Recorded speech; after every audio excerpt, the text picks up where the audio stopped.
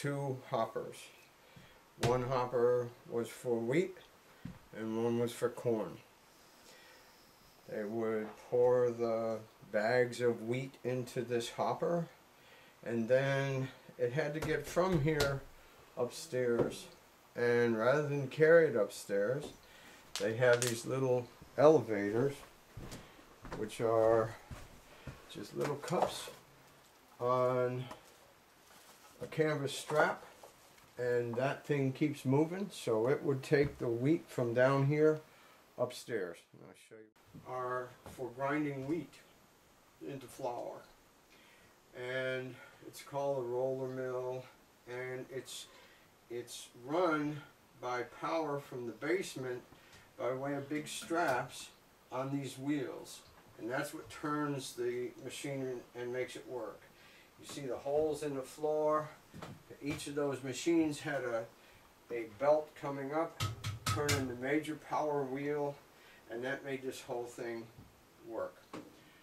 And you see this intricate duct system here that brings the wheat from various pieces of equipment upstairs down to each one of these pieces of equipment, and also even downstairs. These three wheat grinding machines are all the same, but if you look in this one, you can see flour that's been in there since 1941 when the mill quit functioning.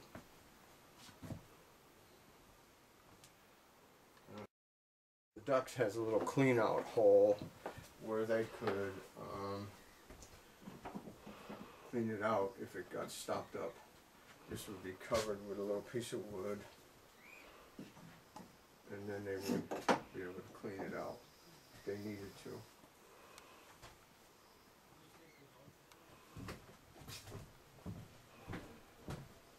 The intricate, crisscrossing of these things to bring materials from one place to another without interfering with the other ones. But again, each one has a clean out. You can see this one's got the cover off of it, but those each have a cover. And then behind here, you can see all the ductwork that's not currently in place. There's a lot of ductwork that isn't in place, so it was a lot more involved than it is right now.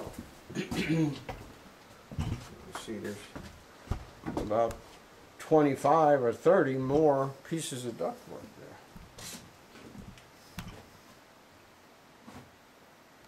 Look up there, you see great big drive wheels there on the left, and then some gears over here on the right to turn all the pieces of equipment.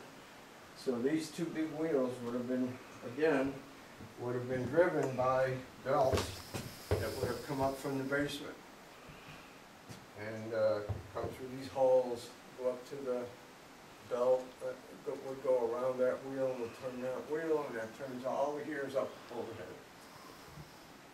These big wheels probably were used to turn some of these machines by hand when it was necessary. And see, that might have fit right on this pulley, and you might have been able to make that machine work, either clean it out or something by hand.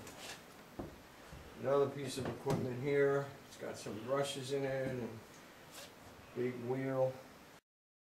You know, they had to make it easy enough to walk around in here, they had to move some stuff. And so that's one of the big beams that they had to move.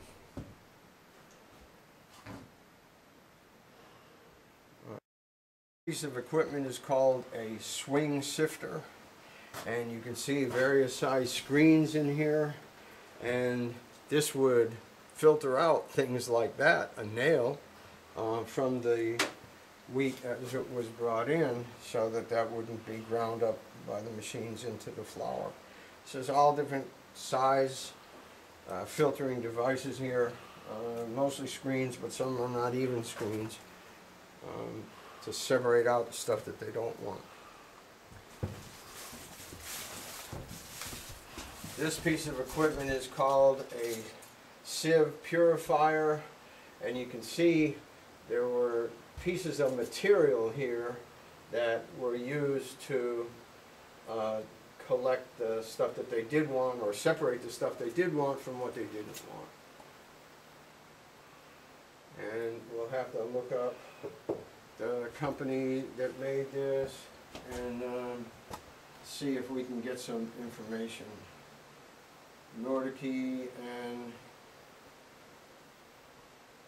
Marmon Company in Indianapolis, Indiana. So we'll be able to look up this equipment and see exactly what it did, when it was made, what year it was made, and some of them even have that information on it. An auger at the bottom that turns and moves stuff from one place to another, and a set of gears over here.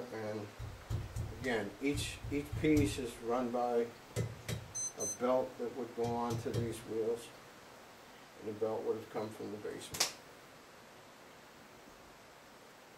Corn shucker, it would take the corn off of the cob.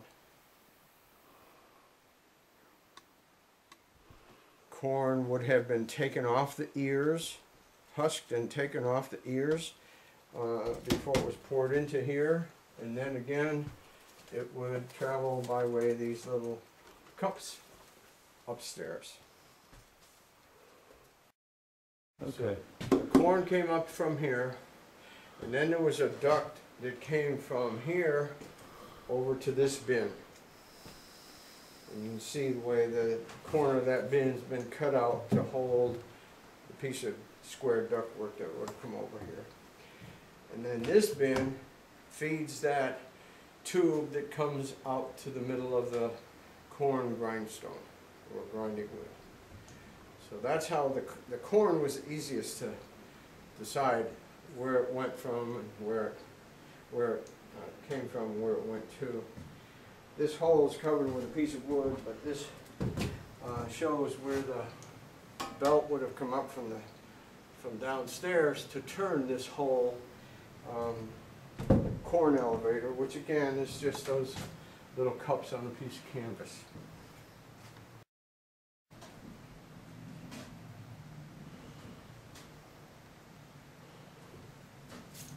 And there are grooves on those stones that let the corn in. So the corn would come down from upstairs, again by way of a conduit or a duct system. It would go right in that hole in the center of the stones. It would go between the stones because there's little grooves for it to go out there. And then as one stone is stationary, the other stone turns and it grinds the corn into smaller. It was either ground for feed or for grits or cornmeal or something like that, depending on how fine you wanted it ground.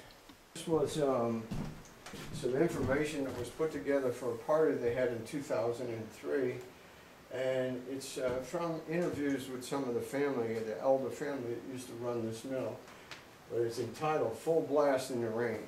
And the synopsis of this is, the mill functioned by water power. There was no electricity. Every bit of power that came into this place came from water.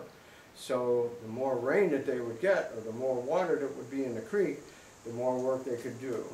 And this just says that he would be able to run 24 hours a day if they had heavy rains.